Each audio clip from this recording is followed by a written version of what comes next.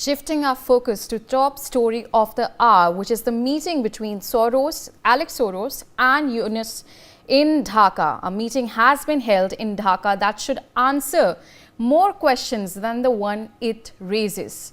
Alex Soros, the son of George Soros and now the person in control of the Open Society Foundation, has met with Mohammed Yunus. Raising it out, Alex Soros praised Mohammed Yunus and pledged support to his interim government's reform efforts during the meeting and said the students' movement, which led to the fall of Hasina regime last August, opened great opportunities to set a new course for the country. This comes days after US President Donald Trump froze the funds of 150 plus countries, including Bangladesh, which enjoyed $4,400 million aid from the former government. Now, Yunus has sought Soros' help, not only to ease the economic budget of the funding freeze, but also recover his claimed $234 million siphoned off funds during the Hasina regime. But this meeting has proven one thing, that George Soros was backing the regime change efforts in Bangladesh.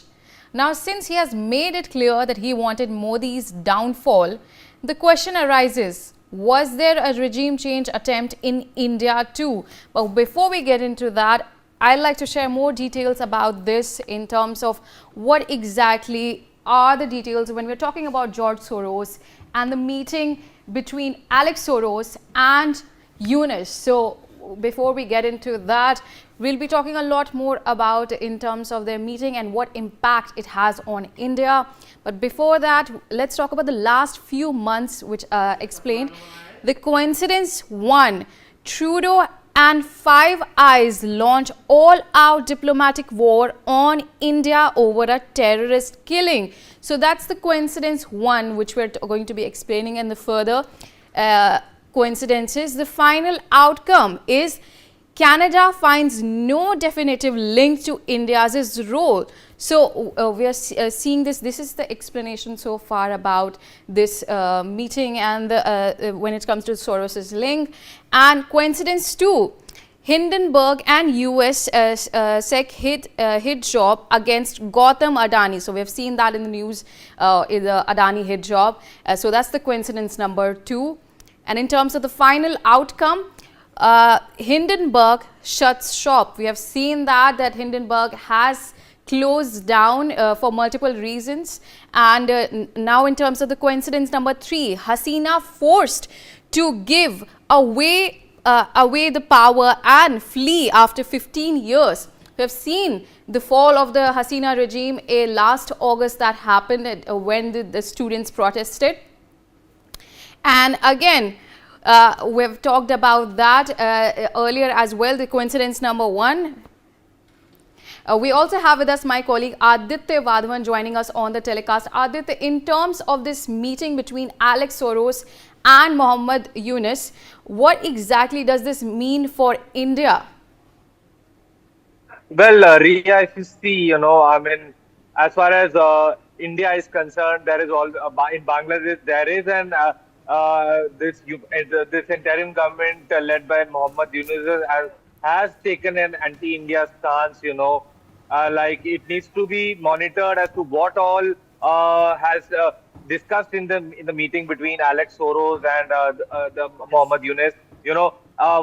Let's just put this into perspective. Bangladesh is already reeling under a very it is already facing going through a weak economic phase. And this particular juncture, the Trump administration, which was very vocal about, stopping foreign aid once the Trump administration takes charge.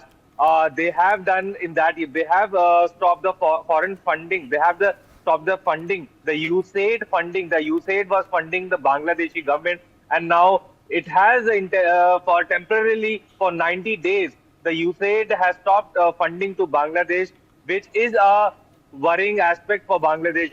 That is why, I mean, it is already embroiled since the fall of the Sheikh Hasina government, since this interim government has taken charge of the affairs in Bangladesh. This government is already involved in a diplomatic in a diplomatic hitback between India.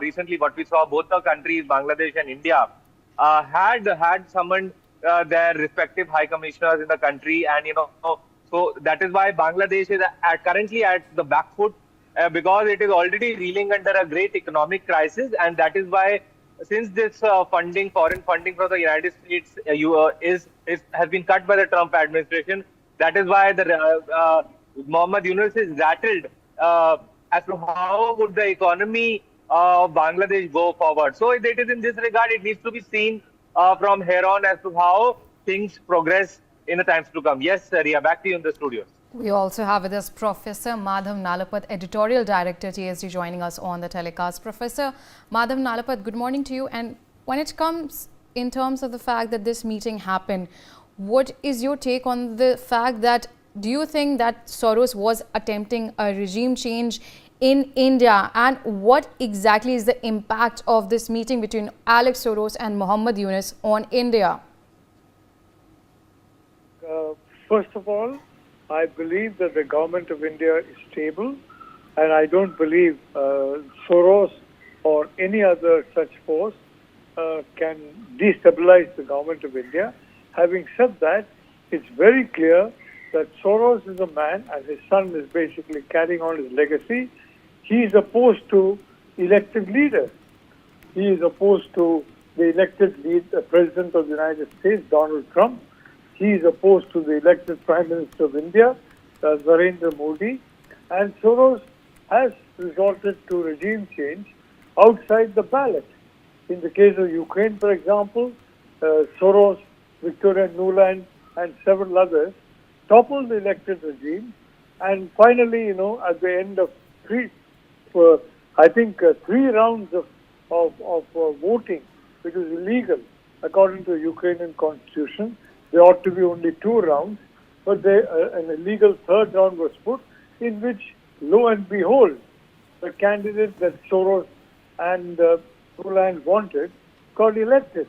And that candidate is a sworn enemy of not only Russia, but Russian culture and Russian people. And from that time on, you will find, that happened way back in, I think, 2014, you will find that the fanatic Ukrainians have taken over, and they have gone completely against the Russian-speaking people. Soros is definitely out for regime change in India, and the point is, he is not just out for it by the ballot box. He is out for it by any way he can get it. Street violence, inciting people.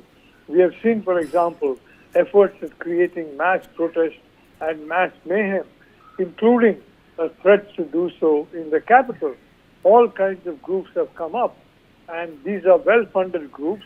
They have got, they're being looked after in terms of food, provision, and so many other requisites. It happened some time ago also, where the national capital was concerned. So it is definitely something to watch out for.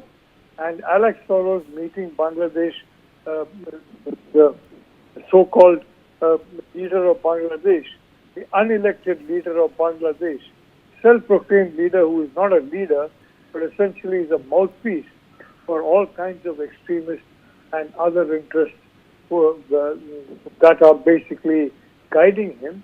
There is no question that this is further indication that the present Bangladesh government is totally hostile to India, hostile to the interests of India, and is willing to be used as a pawn by these international troublemakers to try and create trouble against India. However, I repeat, our country is stable, our country is strong, and such dastardly moves will not succeed.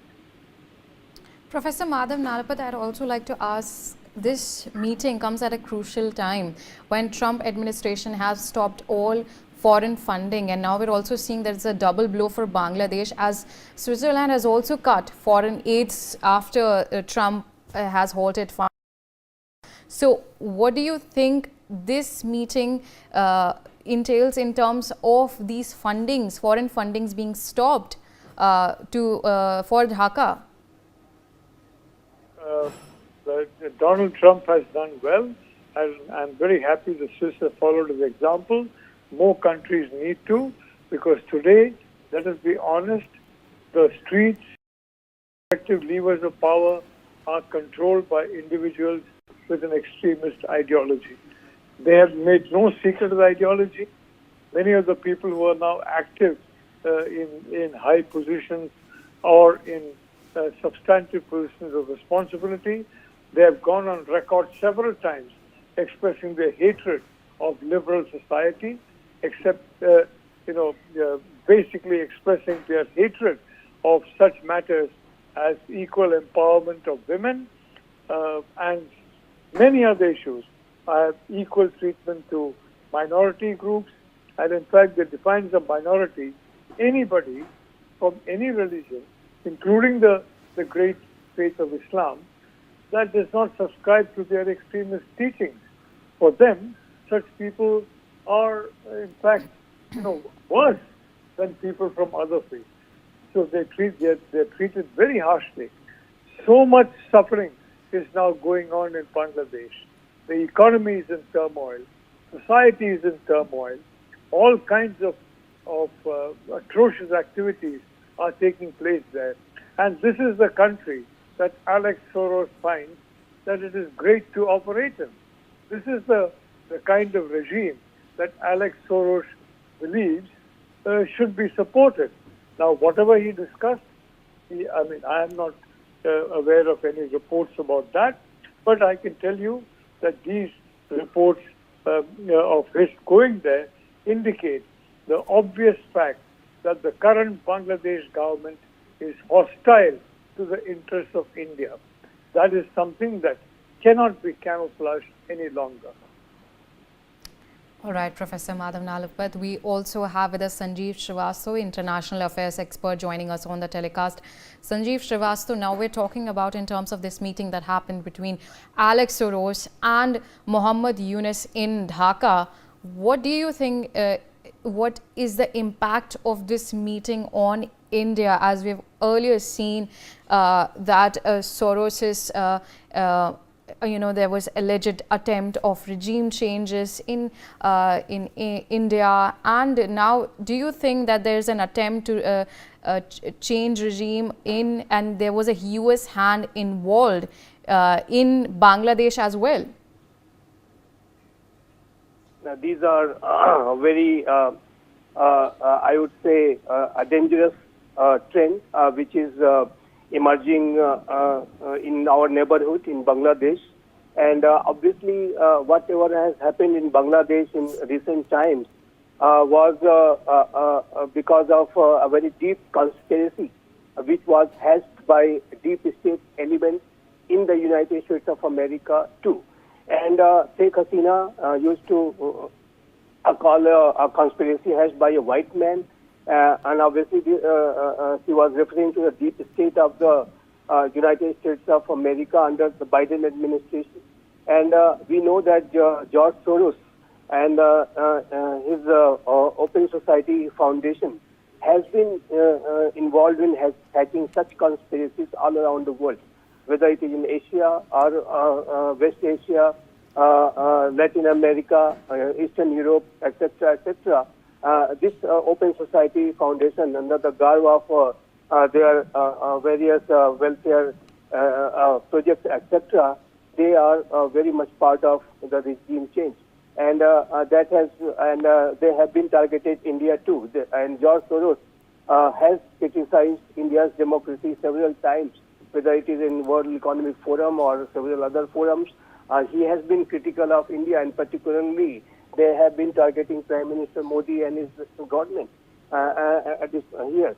So I think they are part of this, whether it is George Soros or his son Alex Soros and the Open Society Foundation. They are all part of the left liberal Islamic cabal, and they are part of deep state. George Soros and his society funds and supports various deep state elements and activities, those who are working for this left liberal Islamic cabal. And whatever has happened in Bangladesh is obviously it's a very clear fact now. The way he has met Mohammed Yunus, and they had also met in some months back, and at a time, and this meeting has come at a time when the Donald Trump administration has stopped all funding to Bangladesh. And obviously he has come here to provide its support, because whatever has happened in Bangladesh, this deep state and his Open Society Foundation is very much clearly involved in this entire conspiracy. And as I said, this conspiracy is hashed by a very deep state elements, those who represent this left liberal Islamic cabal and various radical Islamic. All right, Sanjeev Srivastava, Professor Madhav Nalapat and Aditya, thank you so much for joining us on the telecast.